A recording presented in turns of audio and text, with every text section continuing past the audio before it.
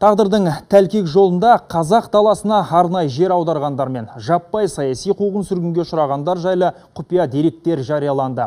Бүгін Астанада алғыс айту күніне арналған тағдыр тоғыстырған атты құжаттар көрмесі өтті. Тұңғыш рет ұлттық мұрағат мемлекеттік сақтауға берілген аса құпия құжаттарды ел назарына ұсынды.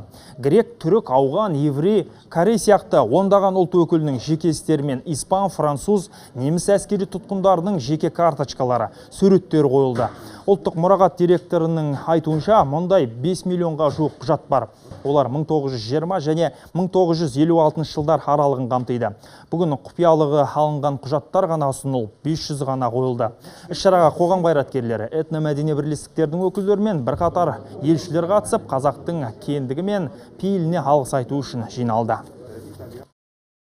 Мәселен, гректеріміз өткен ғасырдың басында Ресей империясының Қырымға, Краснодарға келсе, сол жерде қанша 40 жылға дейін азаматтық бермеген.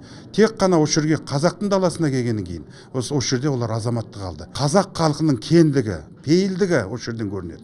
Сол жерде қазір бүгін 5-6 елші келіп жатыр бізге. Рахмет айту үшін келіп жатыр. Міне, Европа рахмет айтып жатыр біздің елбасымызға. Міне.